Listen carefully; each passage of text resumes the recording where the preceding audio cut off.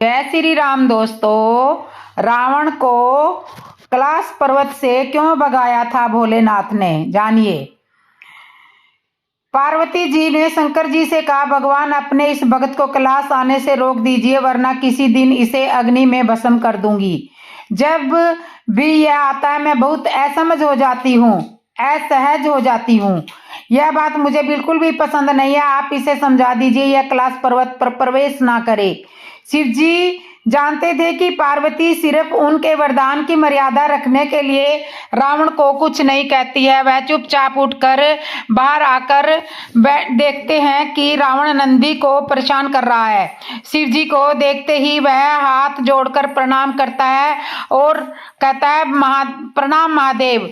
आओ दशानन, कैसे आना हुआ? मैं तो बस आपके दर्शन के लिए आ गया था महादेव। आखिर महादेव ने उसे समझाना शुरू किया, देखो रावण, तुम्हारा यहाँ आना पार्वती को बिल्कुल भी पसंद नहीं है, इसलिए तुम यहाँ मत आया करो।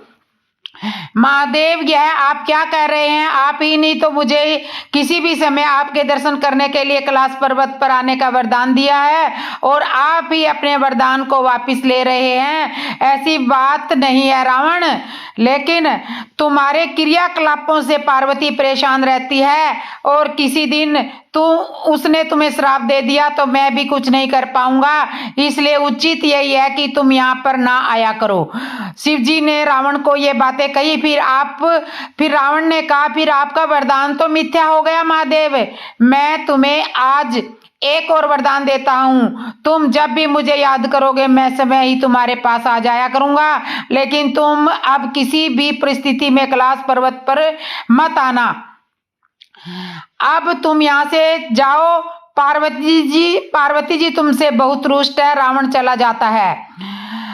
समय बदलता है। हनुमान जी रावण की श्रवण नगरी लंका को जलाकर राख करके चले जाते हैं और रावण उनका कुछ भी नहीं कर सकता है।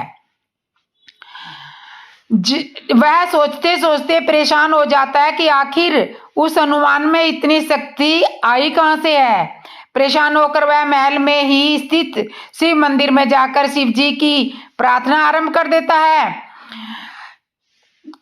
वहां पे कुछ मंत्र पढ़ता है। मंत्र पढ़ने के बाद वे उसकी प्रार्थना से ऐसी प्रसन्न होकर प्रकट होते हैं। रावण अभिभूत होकर उनके चरणों में गिर पड़ता है। कहो दशानन, कैसे हो? शिव जी पूछते हैं, आप अंतर्यामी है महादेव, सब कुछ जानते हैं प्रभु। एक अकेले वानर ने मेरी लंका को और मेरे द्रव्य को भी जलाकर राख कर दिया है। मैं जानना चाहता हूँ कि यह वानर जिसका नाम हनुमान है, आखिर वह है कौन है? और प्रभु, उसकी पूंछ तो और भी ज्यादा शक्तिशाली थी। किस तरह सहजता से मेरी लंका को जला दिया? मुझे बताइए कि यह हनुमान कौन है? शिव जी मुस्कुराते हुए रावण की सभी बातें सुनते रहते हैं और फिर बताते हैं कि रावण, यह हनुमान और कोई नहीं, मेरा ही रुद्र अवतार है। विष्णु ने जब यह निश्चय किया कि वे पृथ्वी पर अवतार लेंगे और माता लक्ष्मी भी साथ ही अवतरित होंगी, तो मेरी इच्छा भी हुई कि मैं भी उनकी लीलाओं का साक्षी बनूं। और जब मैंने अपना यह निश्चय पार्वती को बताया तो वह हट करने लगी कि मैं भी आपके साथ ही रहूंगी, लेकिन यह समझ में नहीं आ रहा कि उसे इस लीला में किस तरह से भागीदार बनाया जाए। तब सभी देवताओं ने मिलकर मुझे यह मार्ग दिखाया, आप तो वानर बन जाओ और शक्ति स्वरूपा पार्वती देवी आपकी पूंछ के रूप में आपके साथ रहे, तभी आप दोनों साथ रह सकते हैं। और उसी अनुरूप मैंने हनुमान जी के रूप में जन्म लेकर राम जी की सेवा का व्रत रख लिया और शक्ति रूपा पार्वती ने पूंछ के रूप में और उसी सेवा के फलस्वरूप तुम्हारी लंका का दहन किया है। अब सुनो रावण, तुम्हारे उद्धार का समय आ गया है, अतः श्री राम के हाथों तुम्हारा उद्धार होगा। मेरा परामर्श है कि तुम युद्ध के लिए सबसे अंत में प्रस्तुत होना, जिससे कि तुम्हारा समस्त राक्षस परिवार भगवान श्री राम के हाथों से मोक्ष को प्राप्त करे और तुम सभी का उद्धार हो जाए। रावण को सारी परिस्थिति का ज्ञान होता है और उस अनुरूप वह युद्ध की तैयारी करता है। अपने पूरे परिवार को राम जी के समक्ष युद्ध के लिए सबसे पहले भेजता है और सबसे अंत में समय मोक्ष को प्राप्त होता है। तो इस तरह से रावण को भोलेनाथ जी ने पर्वत पर से न आने का फैसला दिया, क्योंकि इससे यूं रावण का कैलाश पर्वत पर आना पार्वती को बिल्कुल भी अच्छा नहीं लगता था। हनुमान जी जब पर्वत लेकर लौटते हैं तो श्री राम जी क्या कहते हैं? हनुमान जी जब पर्वत लेकर लौटते हैं तो भगवान से कहते हैं, प्रभु आपने मुझे संजीवनी बूटी लेने के लिए नहीं भेजा था, आपने तो मुझे मेरी मूर्छा दूर करने के लिए भेजा था। सुमेरी पवन पुत्र पावन नामू अपने बस करी राखे नामू। हनुमान जी ने पवित्र नाम का स्मरण करके श्री राम जी को अपने वंश में कर रखा है। प्रभु आज मेरा ये भ्रम टूट गया है कि मैं ही सबसे बड़ा भक्त राम नाम का जप करने वाला हूँ। भगवान बोले वो कैसे? हनुमान जी बोले वास्तव में तो भरत जी संत है और उन्होंने ही राम नाम जपा है। आपको पता है जब लक्ष्मण जी को शक्ति लगी तो मैं संजीवन बूटी लेने गया, पर जब मुझे भरत जी ने बाण मारा तो मैं गिरा, तो भरत जी ने न तो संजीवनी मंगाई और न वैद्य बुलाया। कितना भरोसा है उन्हें आपके नाम पर। आपको पता है उन्होंने क्या किया? जो मोरे मन बच अरु काया प्रति राम पद कमल अमाया। यदि मन वचन और शरीर से श्री राम जी के चरण कमलों में मेरा निष्कपट प्रेम हो, तो यदि रघुनाथ जी मुझ पर प्रसन्न हो तो यह वानर थकावट और पीड़ा से रहित हो जाए। यह वचन सुनते ही मैं श्री राम जय जय राम करता हुआ उठ बैठा और मैं नाम तो लेता हूँ पर भरोसा भरत जी जैसा नहीं किया, वरना मैं संजीवनी लेने क्यों जाता। बस ऐसा ही हम करते, हम नाम तो भगवान का नाम लेते हैं पर भरोसा नहीं करते। बुढ़ापे में बेटा ही सेवा करेगा, बेटे ने नहीं की तो क्या होगा। उस समय हम भूल जाते हैं कि जिस भगवान का नाम हम जप रहे हैं वे है न पर हम भरोसा नहीं करते। बेटा सेवा करे न करे पर भरोसा हम उसी पर करते हैं। दूसरी बात, प्रभु बाण लगते ही मैं गिर पड़ा, पर्वत नहीं गिरा, क्योंकि पर्वत तो आप उठाए हुए थे और मैं अभिमान कर रहा था कि मैं उठाए हूँ, मेरा दूसरा अभिमान टूट गया। इसी तरह हम भी यही सोच लेते हैं कि गृहस्थी के बोझ को मैं उठाए हूँ। फिर हनुमान जी कहते हैं, एक बात है प्रभु, आपके तर्कस में भी ऐसा बाण नहीं है जैसे बाण भरत जी के पास है। आपने सुबाहु मारुच को बाण से बहुत दूर गिरा दिया, आपका बाण तो आपसे दूर गिरा देता है, पर भरत जी का बाण तो आपके चरणों में ला देता है। मुझे बाण पर बैठाकर आपके पास भेज दिया। भगवान बोले, हनुमान जब मैंने ताड़का को मारा और भी राक्षसों को मारा तो ये सब मरकर मुक्त होकर मेरे ही पास तो आए। इस पर हनुमान जी बोले, प्रभु आपका बाण तो मारने के बाद सबको आपके पास लाता है, पर भरत जी का बाण तो जिंदा ही भगवान के पास ले जाता है। भरत जी संत है और संत का बाण क्या है? संत का बाण है उसकी वाणी, लेकिन हम करते हैं क्या? संत वाणी को समझते तो हैं पर सटकते नहीं है, और औषधि सटकने पर भी फायदा करती है। हनुमान जी को भरत जी ने पर्वत सहित अपने बाण पर बैठाया तो उस समय हनुमान जी को थोड़ा अभिमान हो गया कि मेरे बोझ से बाण कैसे चलेगा, परंतु जब उन्होंने रामचंद्र जी के प्रभाव पर विचार किया तो वह भरत जी के चरणों की वंदना करके चले जाते हैं। इसी तरह हम भी कभी कभी संतों पर संदेह करते हैं कि हमें कैसे भगवान तक पहुंचा देंगे। संत ही तो हैं जो हमें सोते से जगाते हैं, जैसे हनुमान जी को जगाया, क्योंकि उनका मन वचन कर्म सब भगवान में लगा है। आप उन पर भरोसा तो करो, तुम्हें तुम्हारे बोझ सहित भगवान के चरणों तक पहुंचा देंगे। तो इस तरह से हनुमान जी की ये जब पर्वत को लेकर जा रहे थे तब सोच रहे थे कि मैं लेके जा रहा हूं पर्वत को। क्यों किया सीता माता ने राजा दशरथ का पिंडदान? वाल्मीकि रामायण में सीता द्वारा पिंडदान देकर राजा दशरथ की आत्मा को मोक्ष मिलने का संदर्भ आता है। वनवास के दौरान भगवान राम लक्ष्मण और सीता पितृपक्ष के वक्त श्राद्ध करने के लिए गया धाम पहुंचे थे। वहां ब्राह्मण द्वारा बताए श्राद्ध कर्म के लिए आवश्यक सामग्री जुटाने हेतु श्री राम और लक्ष्मण नगर की ओर चल दिए। ब्राह्मण ब्राह्मण देव ने माता सीता को आग्रह किया कि पिंडदान का शुभ समय निकलता जा रहा है। यह सुनकर सीता जी की बेचैनी बढ़ती जा गई, क्योंकि श्री राम लक्ष्मण अभी तक नगर से सामान लेकर नहीं लौटे थे। इसी उपरांत दशरथ जी की आत्मा ने उन्हें आभास कराया कि पिंडदान का वक्त बीता जा रहा है। यह जानकर माता सीता असमझ में पड़ गई। माता सीता ने समय के महत्व को समझते हुए यह निर्णय किया कि वह समय अपने ससुर दशरथ का, राजा दशरथ जी का पिंडदान करेंगी। उन्होंने फल्गु नदी के साथ साथ वहां उपस्थित वट वृक्ष को, तुलसी, ब्राह्मण और गाय को साक्षी मानकर स्वर्गीय राजा दशरथ का पिंडदान पूरी विधि विधान के साथ कर दिया। इसी क्रिया के उपरांत जैसे ही उन्होंने हाथ जोड़कर भगवान से प्रार्थना की तो राजा दशरथ ने माता सीता का पिंडदान स्वीकार कर लिया। माता सीता को इस बात से बहुत खुशी हुई कि उनकी पूजा राजा दशरथ जी ने स्वीकार कर ली है, पर वह यह नहीं जानती थी कि प्रभु राम का इस बात को नहीं मानेंगे, क्योंकि पिंडदान पुत्र के बिना नहीं हो सकता। थोड़ी देर बाद भगवान राम और लक्ष्मण सामग्री लेकर आए और पिंडदान के विषय में पूछा। तब माता सीता ने कहा कि समय निकलने के कारण मैंने समय पिंडदान कर दिया है। प्रभु राम को इस बात का विश्वास नहीं हो रहा था कि बिना पुत्र और बिना सामग्री के पिंडदान कैसे संपन्न और स्वीकार हो सकता है। तब सीता जी ने कहा कि यहाँ उपस्थित फल्गु नदी, तुलसी, कौवा, गाय, वटवृक्ष और ब्राह्मण उनके द्वारा किए गए श्राद्ध कर्म की गवाही दे सकते हैं। भगवान राम ने जब इन सबसे पिंडदान किए जाने की बात सच है या झूठ यह बात पूछी तो फल्गु नदी, गाय, कौवा, तुलसी और ब्राह्मण पांचों ने प्रभु श्री राम का क्रोध देखकर झूठ बोल दिया कि माता सीता ने कोई पिंडदान नहीं किया। सिर्फ वटवृक्ष ने सत्य कहा कि माता सीता ने सबको साक्षी रखकर विधि विधान से राजा दशरथ जी का पिंडदान किया है।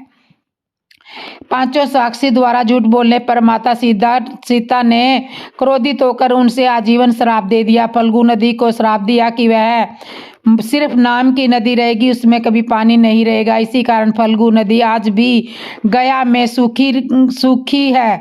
और गाय को श्राप दिया कि गाय पूजनीय होकर भी सिर्फ उसके पिछले हिस्से की पूजा की जाएगी और गाय को खाने के लिए दर दर भटकना पड़ेगा। आज भी हिंदू धर्म में गाय के सिर्फ अगले हिस्से की पूजा की जाती है। माता सीता ने ब्राह्मण को कभी भी संतुष्ट न होने और कितना भी मिले उसकी दरिद्रता हमेशा बनी रहेगी, ये श्राप दिया। इसी कारण ब्राह्मण कभी दान दक्षिणा के बाद कभी भी संतुष्ट नहीं होते। सीता जी ने तुलसी जी को श्राप दिया कि वह कभी भी गया की मिट्टी में नहीं उगेगी। यह आज भी सत्य है कि गया की मिट्टी में तुलसी जी नहीं उगती है। और कोए को हमेशा लड़ झगड़ कर खाने का अभिशाप दिया। अतः कौवा आज भी खाना अकेले नहीं खाता। सीता माता द्वारा दिए गए इन श्रापों का प्रभाव आज भी इन पांचों में देखा जा सकता है। जहां इन पांचों को श्राप मिला वहीं सच बोलने पर माता सीता ने वटवृक्ष को आशीर्वाद दिया कि उसे लंबी आयु प्रदान होगी और वह दूसरों को छाया प्रदान करेगा और पवित्रता स्त्री उनका स्मरण करके अपने पति की दीर्घ आयु की कामना करेंगी। तो इस तरह से माता सीता ने राजा दशरथ जी का पिंडदान किया था। कौन थे कागभुसुंडी और किस श्राप के कारण कौवा बने? हिंदू धर्म और ग्रंथों और पुराणों में बहुत से लोगों की कथाएं प्रचलित है जिन्हें किसी न किसी श्राप के कारण अपने असली रूप को खोना पड़ा। ऐसा ही एक रामायण में एक पात्र कागभुसुंडी जी हैं जो एक ऋषि के द्वारा दिए गए श्राप के कारण कौवा बन गए। कौन थे कागभुसुंडी? पुराणवी कथाओं के अनुसार श्री राम जी की कथा भगवान शिव ने माता पार्वती को सुनाई थी। उस कथा को एक कौवे ने भी सुन लिया था। उसी कौवे का पुनर्जन्म कागभुसुंडी जी के रूप में हुआ था। कागभुसुंडी को पिछले जन्म में भगवान शिव के मुख से सुनी हुई राम कथा पूरी तरह से याद थी, इसलिए उन्होंने यह कथा अन्य लोगों को भी सुनाई। भगवान शिव के द्वारा सुनाई गई कथा आध्यात्मिक रामायण के नाम से जानी जाती है। कथा सुनकर नागपाश से दिलाई मुक्ति शास्त्रों से शास्त्रों में काकभुसुंडी परम ज्ञानी और राम भक्त बताए गए हैं। रामचरितमानस के अनुसार प्रभु श्री राम और रावण के युद्ध में जब रावण पुत्र मेघनाथ ने श्री राम और लक्ष्मण को नागपाश से बांध दिया था, तब नारद मुनि के कहने पर गरुड़ जी ने श्री राम को नागपाश के बंधन से मुक्ति दिलाई थी। काकभुसुंडी दूर किया संदेश। काकभुसुंडी दूर किया संदेह। श्री राम ने इस तरह नागपाश में बंध जाने से गरुड़ जी को उनके अवतारी होने पर संदेह हो गया था। तब उनका संदेह दूर करने के लिए नारद जी ने उनको ब्रह्मा जी के पास भेजा। ब्रह्मा जी ने उनको महादेव के पास भेज दिया। महादेव ने गरुड़ के संदेह को दूर करने के लिए उनको काकभुसुंडी जी के पास भेज दिया। अंत में काकभुसुंडी ने श्री राम का चरित्र गरुड़ जी के सुनाकर उनका संदेह दूर किया। काकभुसुंडी ऐसे बने कौआ। गरुड़ जी का संदेश सुनने के बाद काकभुसुंडी ने उन्हें अपने कौआ बनने की कथा सुनाई थी, जिसके अनुसार काकभुसुंडी जी का प्रथम जन्म अयोध्यापुरी में एक शूद्र के घर में हुआ था। उस जन्म में वह भगवान शिव के भक्त थे, लेकिन अहंकार के वशीभूत होकर उन्होंने अन्य देवताओं की निंदा करते थे। एक बार अयोध्या में अकाल पड़ जाने पर जब वह उज्जैन चले गए, उन्होंने एक दयालु ब्राह्मण की सेवा की और उन्हीं के साथ रहने लगे। वह ब्राह्मण भी शिव भक्त थे, लेकिन अन्य देवताओं की निंदा नहीं करते थे। एक बार काकभुसुंडी से परेशान होकर गुरु ने उन्हें राम भक्ति का उपदेश देना शुरू किया। भगवान शिव ने दिया श्राप। घमंड में चूर काकभुसुंडी ने एक बार अपने गुरु का ही अपमान कर दिया, जिससे भगवान शिव नाराज हो गए और श्राप दिया कि तूने अपने गुरु का अपमान किया, इसलिए तुझे सर्प योनि में जन्म लेने के बाद 1000 बार कई योनियों में जन्म लेना पड़ेगा। लेकिन ब्राह्मण ने भगवान शिव से काकभुसुंडी को क्षमा करने का निवेदन किया, लेकिन भगवान शिव ने कहा कि जब तक इसे अपने पापों का प्रायश्चित करना होगा। लोमश ऋषि ने इनको श्राप दिया। समय के साथ उनमें भी श्री राम के प्रति भक्ति उत्पन्न हो गई और अंत में ब्राह्मण का शरीर प्राप्त किया। वह ज्ञान प्राप्ति के लिए लोमश ऋषि के पास गए। जब लोमश ऋषि ने ज्ञान देते थे तो वह उनसे अनेक प्रकार के तर्क वितर्क करता था। इसके इस व्यवहार से कुपित होकर लोमश ऋषि ने भी उसे श्राप दे दिया कि जा तू चंडाल पक्षी यानी कौआ बन जा। वह तत्काल कौआ बनकर उड़ गया। श्राप के बाद ऋषि को पश्चाताप हुआ और उन्होंने उस कौवे को वापस बुलाकर राम मंत्र दिया और साथ में इच्छा मृत्यु का वरदान भी दिया। राम मंत्र मिलने के कारण उनको उस कौवे के शरीर से भी प्रेम हो गया और बाद में वह काकभुसुंडी के नाम से प्रसिद्ध हुआ। ईश्वर का प्रसाद है दुख। जब भगवान सृष्टि की रचना कर रहे थे तो उन्होंने जीव को कहा कि तुम्हें मृत्यु लोक जाना पड़ेगा, मैं सृष्टि की रचना करने जा रहा हूँ। ये सुनकर जीव की आंखों में आंसू आ गए। वो बोला, प्रभु कुछ तो ऐसा करो कि मैं लौटकर आपके पास ही आऊँ। भगवान को दया आ गई। उन्होंने 2 कार्य किए जीव के लिए। पहला, संसार की हर चीज में तृप्ति मिला दी और जीव से कहा तुझे दुनिया में कुछ भी मिल जाए परंतु तू तृप्त नहीं होगा। तृप्ति तभी मिलेगी जब तू मेरे पास आएगा। और दूसरा, तभी सभी के हिस्से में थोड़ा थोड़ा दुख मिला दिया ताकि तू लौट कर मेरे ही पास पहुंचे। इस तरह से हर किसी के जीवन में थोड़ा दुख है। जीवन का दुख या विषाद हमें ईश्वर के पास जाने के लिए है, लेकिन हम चूक जाते हैं कि हमारी समस्या क्या है कि हर किसी को दुख आता है। हम भागते हैं ज्योतिषी के पास, अपने दोस्तों और रिश्तेदारों के पास। कुछ होने वाला नहीं, थोड़ी देर का मानसिक संतोष बस। यदि दुखों से घबराए नहीं और ईश्वर का प्रसाद समझकर आगे बढ़े तो बात बन जाती है। तो इस तरह से मैंने आपको इस कथा में बताया है कि काकभुसुंडी जी कौन थे। अब मैं आपको सुनाती हूँ कि एक बार माता सीता को भी हथियार उठाने पड़े थे। जब राजा राम ने नहीं, देवी सीता ने चलाए थे बाण। भगवान श्री राम राजसभा में विराजमान थे। उसी समय विभीषण वहां पहुंचे। वे बहुत भयभीत और हड़बड़ी में लग रहे थे। सभा में प्रवेश करते ही वे कहने लगे, हे राम मुझे बचाइए, कुंभकर्ण का बेटा मुल्कासुर आफत डा रहा है। अब लगता है न लंका बचेगी और न मेरा राजपाट बचेगा। भगवान श्री राम द्वारा ढांढस बंधाए जाने और पूरी पूरी बात बताए जाने पर विभीषण ने बताया कि कुंभकर्ण का एक बेटा मूल नक्षत्र में पैदा हुआ था, इसलिए उसका नाम मूलकासुर रखा गया। इसे अशुभ जानकर कुंभकर्ण ने जंगल में फिकवा दिया। जंगल में मधुमक्खियों ने मूलकासुर को पाल लिया। मूलकासुर जब बड़ा हुआ तो उसने कठोर तपस्या करके ब्रह्मा जी को प्रसन्न कर लिया। तब अब उनके दिए वर और बल के घमंड में भयानक उत्पात मचा रहा है। जब जंगल में उसे पता चला कि आपने उसके खानदान का सफाया कर लंका को जीत ली और राजपाट मुझे सौंप दिया तो वह क्रोधित है। भगवान, आपने जिस दिन मुझे राजपाट सौंपा उसके कुछ दिन बाद ही उसने पातालवासियों के साथ लंका पहुंचकर मुझ पर धावा बोल दिया। मैंने 6 महीने तक मुकाबला किया, पर ब्रह्मा जी के वरदान ने उसे इतना ताकतवर बना दिया है कि मुझे भागना पड़ा तथा अपने बेटे मंत्रियों तथा रानी के स्त्री के साथ किसी प्रकार सुरंग के जरिए भागकर मैं यहाँ पहुँचा हूँ। उसने कहा है कि पहले वह भेदिया विभीषण को मारेगा, फिर पिता की हत्या करने वाले श्री राम को भी मार डालूंगा। वह आपके पास भी आता ही होगा। समय का मैं लंका और अयोध्या दोनों खतरे में है। जो उचित समझते हो तुरंत कीजिए। भगत की पुकार सुनकर श्री राम जी हनुमान तथा लक्ष्मण सहित सेना को तैयार करके पुष्पक विमान पर चढ़कर झट लंका की ओर चल पड़े। मूलकासुर को श्री रामचंद्र के आने की बात मालूम हुई। वह भी सेना लेकर लड़ने के लिए लंका से बाहर आ डटा। भयानक युद्ध छिड़ गया। 7 दिनों तक घोर युद्ध होता रहा। मूलकासुर भगवान श्री राम की सेना पर अकेले ही भारी पड़ रहा था। अयोध्या से सुमंत्र आदि सभी मंत्री भी वहां आ पहुंचे। हनुमान जी संजीवनी लाकर वानरों, सरदार भालुओं और मानुषी सेना को जिलाते जा रहे हैं, पर सब कुछ होते हुए भी युद्ध का नतीजा उनके पक्ष में जाता नहीं दिखाई दे रहा है। भगवान भी चिंता में थे। विभीषण ने बताया कि इस समय मूलकासुर तंत्र साधना करने के लिए गुप्त गुफा में गया हुआ है। उसी समय ब्रह्मा जी वहां आ गए और भगवान से कहने लगे, रघुनंदन, इससे तो मैंने स्त्री के हाथों से मारने का वरदान दिया हुआ है, आपका प्रयास बेकार ही जाएगा। श्री राम, इससे संबंधित एक बात और है, उसे भी जान लेना फायदेमंद हो सकता है।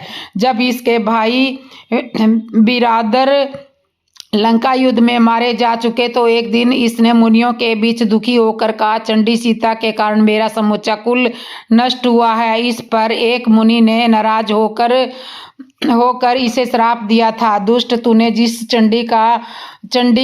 चंडी कहा है वही सीता तेरी जान लेगी। मुनि का इतना कहना था कि वह उन्हें खा गया। बाकी मुनि उसके डर के मारे चुपचाप खिसक गए। तो हे राम, जब कोई दूसरा उपाय नहीं है, अब तो केवल सीता ही इसका वध कर सकती है। आप उन्हें यहाँ बुलाकर इसका वध करवाइए। इतना कहकर ब्रह्मा जी वहां से चले गए।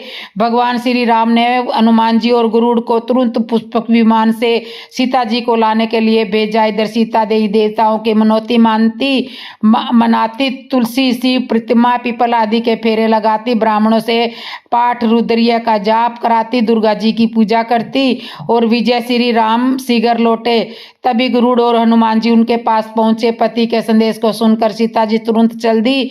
भगवान श्री राम ने उन्हें मूलकासुर के बारे में सारा कुछ बताया। फिर तो भगवती सीता को गुस्सा आ गया। उसके शरीर से एक दूसरी तामसी शक्ति निकल पड़ी। उसका स्वर बड़ा भयानक था। वह छाया सीता चंडी के वेश में लंका की ओर बढ़ चली। इधर श्री राम ने वानर सेना को इशारा किया कि मूलकासुर को तांत्रिक क्रिया कर रहा है उसको उसकी गुफा में जाकर तहस नहस करे। वानर गुफा के भीतर पहुंचकर उत्पात मचाने लगे तो मूलकासुर तुरंत दांत किटकिटाता हुआ सब कुछ छोड़कर वानर सेना के पीछे दौड़ा। अड़बड़ी में उसका मुकुट गिर गया। फिर भी भागता हुआ वह युद्ध के मैदान में आ गया। युद्ध के मैदान में छाया सीता को देखकर मूलकासुर गरजा, तू कौन है? अभी भाग जा यहाँ, मैं औरतों पर मर्दानगी नहीं दिखाता।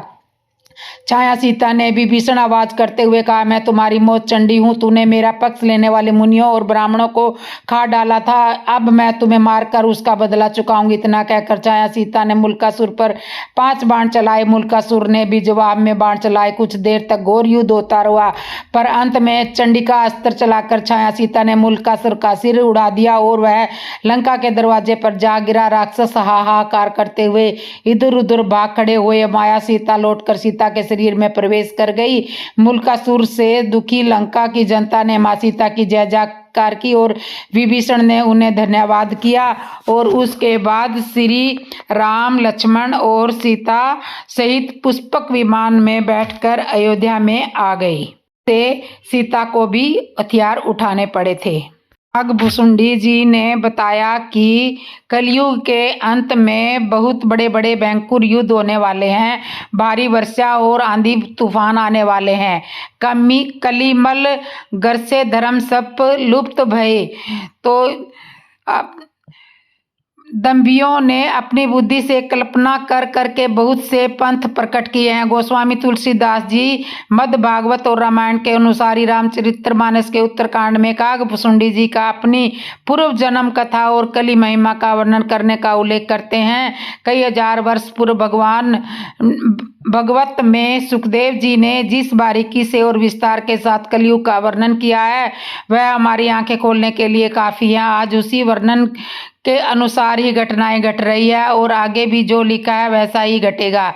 कलयुग यानी काला युग, कलह क्लेश का युग, जिस युग में सभी के मन में असंतोष हो, सभी मानसिक रूप में दुखी हो, वह युग ही कलयुग है। इस युग में धर्म का सिर्फ 1/4 अंश ही रह जाता है। कलयुग का आरंभ 3102 में ईसा पूर्व हुआ था। श्रीमद् भागवत पुराण और भविष्य पुराण में कलयुग के अंत का वर्णन मिलता है। कलयुग में भगवान कल्कि का अवतार होगा जो पापियों का संहार करके फिर से सतयुग की स्थापना करेंगे। कलयुग के अंत और कल्कि अवतार के संबंध में अन्य पुराणों में भी इसका वर्णन मिलता है।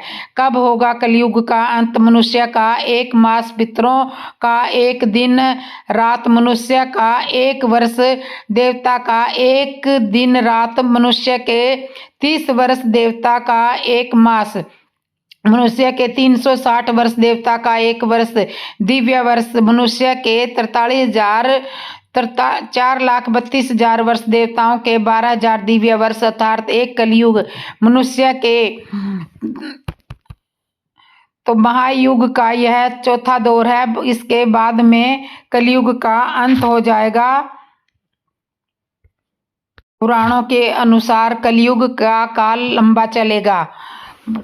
इस मान से कलयुग का काल 4,32,000 साल लंबा चलेगा। अभी कलयुग का प्रथम चरण ही चल रहा है। कलयुग का आरंभ 3102 ईसा पूर्व में हुआ था, जब 5 ग्रह मंगल, बुध, शुक्र, बृहस्पति और शनि मेष राशि पर 0 डिग्री पर हो जाते थे। इसका मतलब 3102 प्लस 2602 या अभी समय काफी बाकी है और 42,800 वर्ष अभी बाकी है। क्या होगा कलयुग के अंत में? मनुष्य की औसत आयु 20 वर्ष ही रह जाएगी। 5 वर्ष की उम्र में स्त्री गर्भवती हो जाया करेगी, 16 वर्ष में लोग बूढ़े हो जाया करेंगे और 20 वर्ष में मृत्यु को प्राप्त हो जाएंगे। इंसान का शरीर घटकर बौना हो जाएगा। ब्रह्मवर्त पुराण में बताया गया है कि कलयुग में ऐसा समय भी आएगा जब इंसान की उम्र बहुत कम रह जाएगी, युवावस्था समाप्त हो जाएगी। कली के प्रभाव से प्राणियों के शरीर छोटे छोटे, क्षीण और रोगग्रस्त होने लगेंगे। श्रीमद् भागवत के 12 संकंद में कलयुग के धर्म के अंतग्रह श्री सुखदेव जी परीक्षित जी से कहते हैं कि ज्यों ज्यों घोर कलयुग आता जाएगा त्यों त्यों उत्तरोत्तर धर्म, सत्य, पवित्रता, क्षमा, दया, आयु बल और स्मरण शक्ति का लोप होता जाएगा। अर्थात लोगों की आयु भी बहुत कम होती जाएगी। जब कली काल बढ़ता चला जाएगा, कलयुग के अंत में जिस समय कल्कि अवतार का अवतरित होंगे उस समय मनुष्य की परम आयु केवल 20 या 30 वर्ष ही होगी। जिस समय कल्कि अवतार आएंगे चारों वर्णों के लोग शूद्रों, बोनों के समान हो जाएंगे। गायें भी बकरियों की तरह छोटी और कम दूध देने वाली हो जाएंगी। क्या खाएगा मनुष्य? कलयुग के अंत में संसार की ऐसी दशा होगी कि अन्न नहीं उगेगा। लोग मछली मांस ही खाएंगे और भेड़ बकरियों का दूध पिएंगे। गाय तो दिखना ही बंद हो जाएगी, होगी तो वह बकरी के समान होगी। एक समय ऐसा आएगा जब जमीन से अन्न उपजना बंद हो जाएगा, पेड़ों पर फल नहीं लगेंगे, धीरे धीरे ये सारी चीजें विलुप्त हो जाएगी। गायें दूध देना बंद कर देंगी। कैसा मनुष्य का स्वभाव? स्त्रियां कठोर स्वभाव वाली व कड़वा बोलने वाली होगी। वे पति की आज्ञा नहीं मानेगी। जिसके पास धन होगा उसी के पास स्त्रियां रहेंगी। मनुष्यों का स्वभाव गधों जैसा दुस्सह केवल गृहस्थी का भार ढोने वाला रह जाएगा। लोग विषयी हो जाएंगे, धर्म कर्म का लोप हो जाएगा। मनुष्य जप रहित नास्तिक व चोर हो जाएंगे। सभी एक दूसरे को लूटने में लगे रहेंगे। कलयुग में समाज हिंसक हो जाएगा। जो लोग बलवान होंगे उसका ही राज चलेगा। मानवता नष्ट हो जाएगी, रिश्ते खत्म हो जाएंगे। एक भाई दूसरे भाई का ही शत्रु बन जाएगा। जुआ, शराब, पर स्त्री गमन और हिंसा ही धर्म होगा। पुत्र पितृवध कर्तवा पितृवा पुत्र बंधुआ। पुत्र पिता और पिता पुत्र का वध करके ही उद्गिन्न नहीं होंगे। अपनी प्रशंसा के लिए लोग बड़ी बड़ी बातें बनाएंगे किंतु समाज में उनकी निंदा नहीं होगी। उस समय सारा जगत म्लेच्छ हो जाएगा। इसमें असम्य नहीं है। एक हाथ दूसरे हाथ को काटेगा। कलयुग में लोग शास्त्रों में विमुख हो जाएंगे। नैतिक साहित्य की लोगों की पसंद हो जाएगा। बुरी बातों को लोग अपने अंदर बसाएंगे और अच्छी बातों को दूर करेंगे। बुरी बातें और बुरे शब्दों का ही व्यवहार किया जाएगा। स्त्री और पुरुष दोनों ही अधर्मी हो जाएंगे। स्त्रियां पतिव्रत धर्म का पालन करना भूल जाएंगी और पुरुष का भी ऐसा ही करेंगी। स्त्री और महापुरुषों से संबंधित सभी वैदिक नियम सब विलुप्त हो जाएंगे। कलयुग के अंत में होगी क्यों प्रलय? कलयुग के अंत में होगी प्रलय। श्रीमद् भागवत के 12 संकल्प में कलयुग के धर्म के अंतर्गत श्री सुखदेव जी परीक्षित से कहते हैं, जो जो घोर कलयुग आता जाएगा त्यों तो उत्तरोत्तर धर्म, सत्य, पवित्रता, क्षमा, दया, आयु, बल और स्मरण शक्ति का लोप होता जाएगा। अर्थात लोगों की आयु कम होती जाएगी। तब कली काल बढ़ता चला जाएगा। महाप्रलय बहुत काल तक सूखा रहने के बाद कलयुग में अंतिम समय में बहुत मोटी धारा से लगातार वर्षा होगी, जिससे चारों ओर पानी ही पानी हो जाएगा। समस्त पृथ्वी जल से हो जाएगी और प्राणियों का अंत हो जाएगा। इसके बाद एक साथ 12 सूर्य उदय होंगे और उनके तेज से पृथ्वी सूख जाएगी।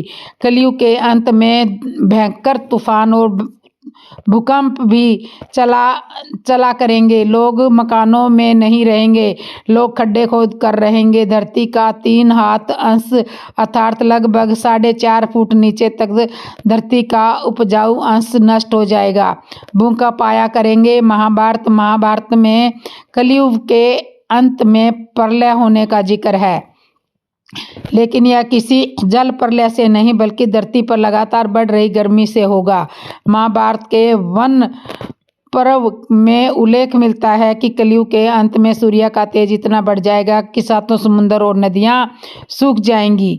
सवत्रक नाम की अग्नि धरती को पाताल तक भस्म कर देगी। वर्षा पूरी तरह बंद हो जाएगी, सब कुछ जल जाएगा। इसके बाद फिर 12 वर्ष तक लगातार बारिश होगी, जिससे सारी धरती जलमय हो जाएगी।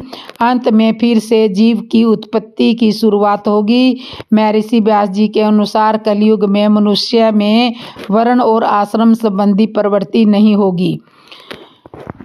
वेदों का पालन कोई नहीं करेगा। कलयुग में विवाह को धर्म नहीं माना जाएगा। विषव गुरु के अधीन नहीं रहेंगे। पुत्र भी अपने धर्म का पालन नहीं करेंगे। कोई किसी कुल में पैदा ही क्यों न हुआ हो, बलवान होगा वही कलयुग में सबका स्वामी होगा। सभी वर्णों के लोग कन्या बेचकर निर्वाह करेंगे। कलयुग में जो भी किसी का वचन होगा वही शास्त्र माना जाएगा। कलयुग में थोड़े से धन से मनुष्य में बड़ा घमंड होगा। स्त्रियों को अपने केशों पर ही रूपवती होने का गर्व होगा। कलयुग में स्त्रियां धनहीन पति को त्याग देंगी। उस समय धनवान पुरुष ही स्त्रियों का स्वामी होगा। जो अधिक देगा उसे ही मनुष्य अपना स्वामी मानेंगे। उसी समय लोग प्रभुता के ही कारण संबंध रखेंगे। द्रव्य राशि घर बनाने में ही समाप्त हो जाएगी। इससे दान पुण्य के काम नहीं होंगे और बुद्धि धन के संग्रह में ही लगी रहेगी। सारा धन उपभोग में ही समाप्त हो जाएगा। कलयुग की स्त्रियां अपनी इच्छा के अनुसार आचरण करेंगी। हाव भाव विलास में ही उनका मन लगा रहेगा। अन्यान के से धन पैदा करने वाले पुरुषों में उनकी आसक्ति होगी। कलयुग में सब लोग सदा सबके लिए सामना का दावा करेंगे। कलयुग ही प्रजा बाढ़ और सूखे के भय से व्याकुल रहेगी। सबके नेत्र आकाश की ओर लगे रहेंगे। वर्षा न होने से मनुष्य तपस्वी लोगों की तरह फल मूल व पत्ते खाकर और कितने ही आत्मघात करेंगे। कलयुग में सदा अकाल ही पड़ता रहेगा। सब लोग हमेशा किसी न किसी क्लेशों से घिरे रहेंगे।